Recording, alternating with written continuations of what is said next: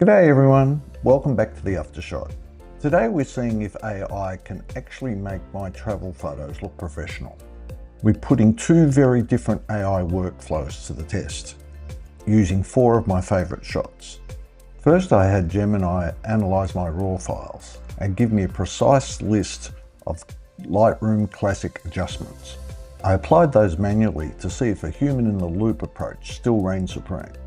Then I let the AI take the wheel entirely, using its own image rendering engine to see if it could interpret the scene and retouch the file natively.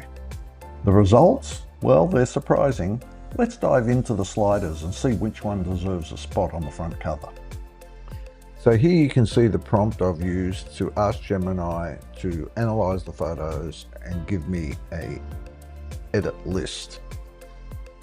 As I scroll through, you'll see I gave it for a few more images than I actually ended up using. But here you can roughly see the edits it described and what I use in the following video coming up in a moment.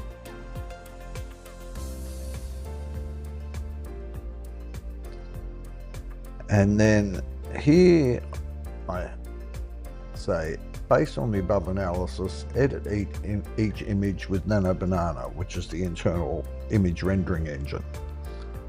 What I didn't realize, it wouldn't give me each image individually, it did it all together in one. So I rephrased it, and as you can see, I then got each image rendered by Gemini. Again, you'll see these in the video coming up shortly and the comparisons. So this majestic scene is a bit hazy and flat. We need to cut through the atmosphere, enrich the colours and balance the sky with a shadowed canyon. So we'll first go to the basic panel. The temperature tint we're going to adjust slightly, needed to warm up the rock and correct any colour cast. Exposure will slightly increase to around 0.3. It feels too dark overall. Contrast we're going to increase significantly to about 25 to add punch. Highlights will decrease to -50 to recover details in the bright sky and clouds.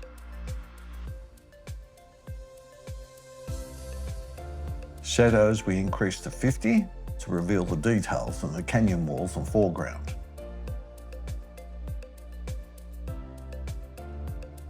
The whites are a slight increase to 15 to set the white point. The blacks are a slight decrease to -15 to set the black point and add depth. We're going to increase both texture and clarity to +20 to emphasise the rock formations. And we're going to increase dehaze to about 20-22 to cut through the atmospheric haze and makes the image pop. We're going to increase vibrance to 25 and saturation only slightly, about 7.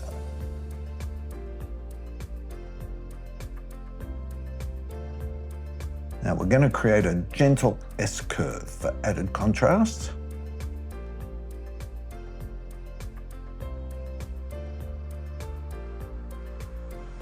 In the HSL, we're going to get the orange and red and increase the saturation to 20 and the luminance to around 10 to make the sandstone glow. The blue and aqua will increase saturation to 20 and lower the luminance to -15 to deepen the colour of the Colorado River in the sky. In the detail panel, we'll go to sharpening and around 45, masking around 65. You hold down the Alt or Option key while sliding to see the mask.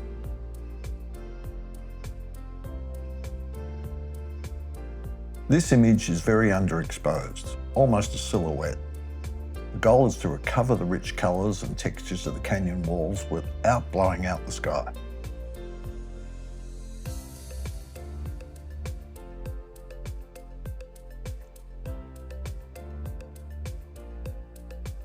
Now Gemini's asked me to increase the exposure to about 2 to brighten the scene. That's quite high. I normally never go over 1, but we'll play along. We're going to increase the contrast to 20. Decrease the highlights to -65 to keep the sky from becoming pure white. Shadows will increase significantly to 75 to bring out the canyon walls. Whites and blacks, we're going to adjust to set a good tonal range. Just put the whites up slowly and the blacks down slightly. Texture and clarity will increase to 25 for detail, and the vibrance will increase to 25. We're going to do a medium tone curve to brighten the canyon walls.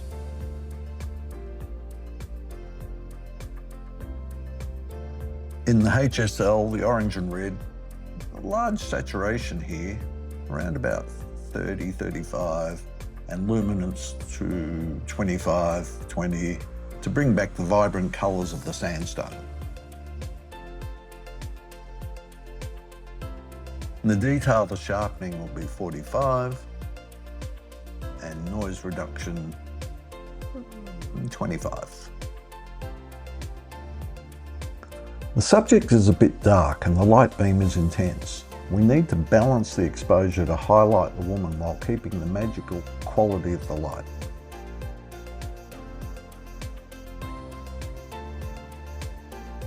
Let's slightly increase the exposure to 0.45.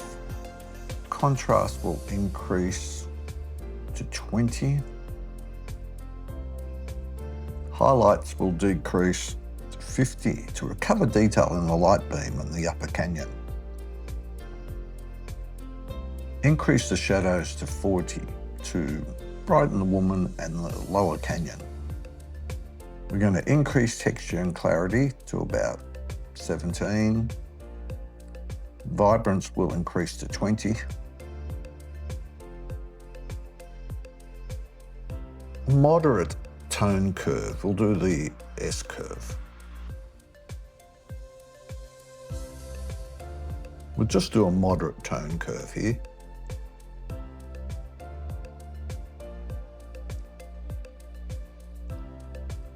HSL, we're going to increase the saturation of the orange and red to about 20 for the rock.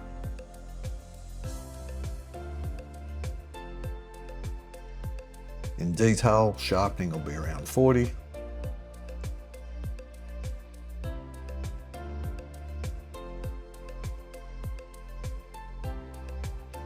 Now for a local adjustment. We're going to create a subject mask on the woman.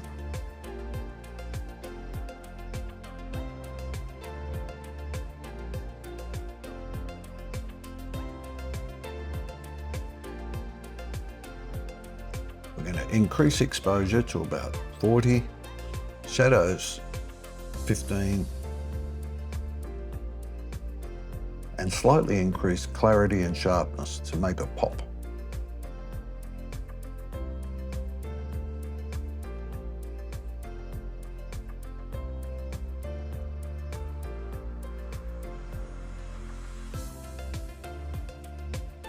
This last image is flat and suffers from wide-angle lens distortion. We need to correct the perspective, make the colours of the kayaks pop, and enhance the texture of the brick wall.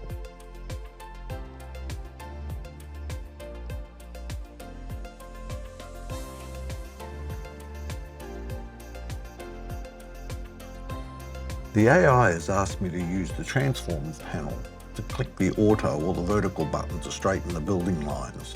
You may need to use the rotate and vertical sliders to fine tune it.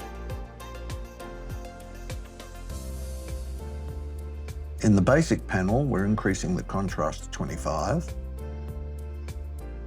We're going to decrease the highlights to -30 to recover detail in the white kayak. We'll increase the shadows to 20.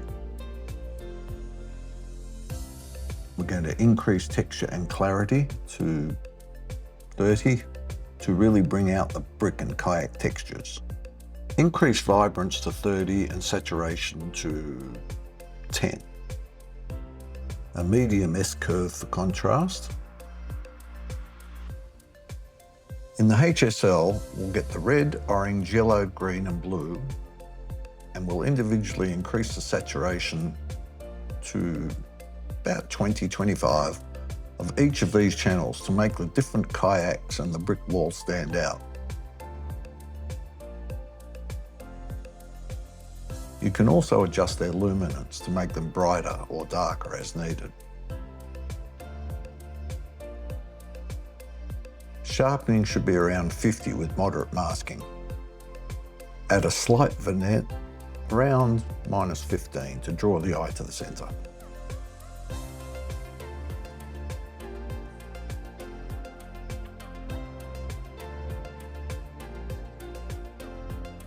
While comparing the raw files, manual and AI edits, I'm quite impressed by both methods.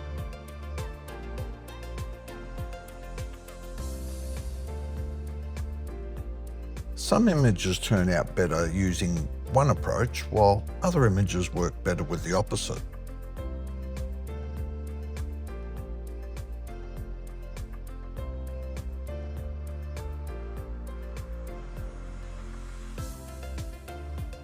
I would say it's always good to have another tool in the toolbox.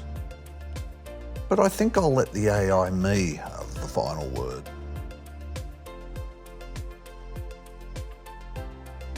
So there you have it. Whether it's the precision of Lightroom or the creative interpretation of a dedicated rendering engine, AI is definitely changing the game for us travel photographers. Personally, I think the AI edits did better, but I've done this before and had the opposite result. But you can't deny the power of a one-click render. I'd love to hear from you. Which version did you think looked more professional? Drop a comment below and let's chat. If you found this helpful, give it a thumbs up and don't forget to subscribe for more. Until next time, keep shooting and I'll see you in the next Aftershot. Cheers.